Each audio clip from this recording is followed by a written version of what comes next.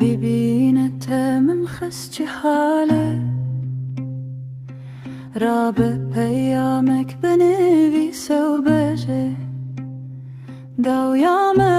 درکەوێکی ژەندەرێ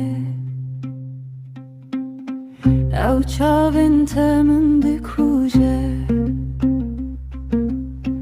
لەناوبەرن کوڕاگیرێ ئەمرکینە درێژە جارێکێ دەستێ من بگیرە ئەو چاوێنتە من دکوژێ لەناوبەرن کوڕاگیرێ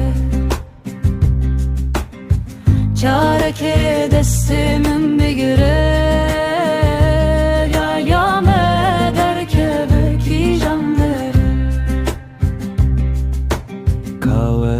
Kabnere delale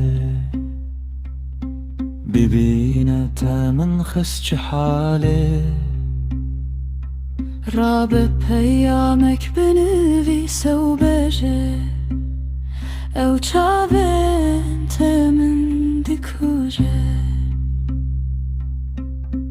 لناوبەرن کوڕاگیرە dengê dilê min diçire emirkine nedirêje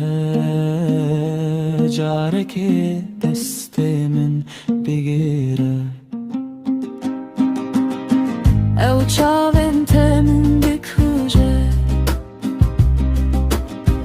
لەناوبەرن کوڕاگیرێ ئەمرکینە نەدرێژە جارێکێ دەستێ من بگیرێ